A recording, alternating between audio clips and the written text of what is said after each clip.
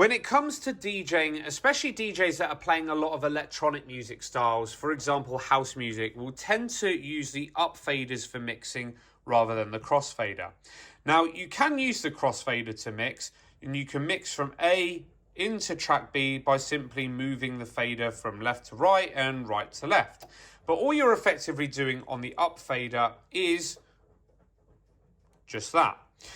Now, that's all well and good. However, you just don't get the same level of control as what you would do when using the up faders. So say, for example, this track here is playing out to the crowd. What you can do when you're using the up faders is you can slowly bring in track 3 while slowly introducing the elements of the EQs that you want to do, like the low end, the mids, the highs. You can slowly manipulate these until you get the tracks playing at the same level. And then what you might want to do at a convenient time is swap the bass over. So we've got the full low end playing on track 3, and then we've taken out the bass from track 2. And then you can slowly but surely start bringing away the elements of the track 2. That's the elements of the track that you want to fade out, basically.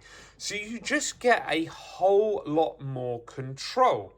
Now, I'm not saying that you can't do this when you're using the crossfader. However, it just doesn't feel as natural. Like, you can start moving the crossfader over a little bit and then manipulate the EQs. But for some reason, it just does not feel the same.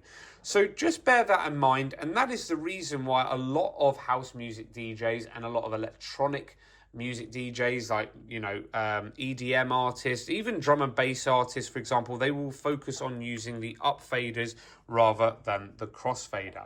Now, of course, the crossfader still has its place, but you'll typically find a lot of hip-hop DJs, a lot of scratch DJs will be using this to make little cuts in the music as they are manipulating the jog wheels or the turntables.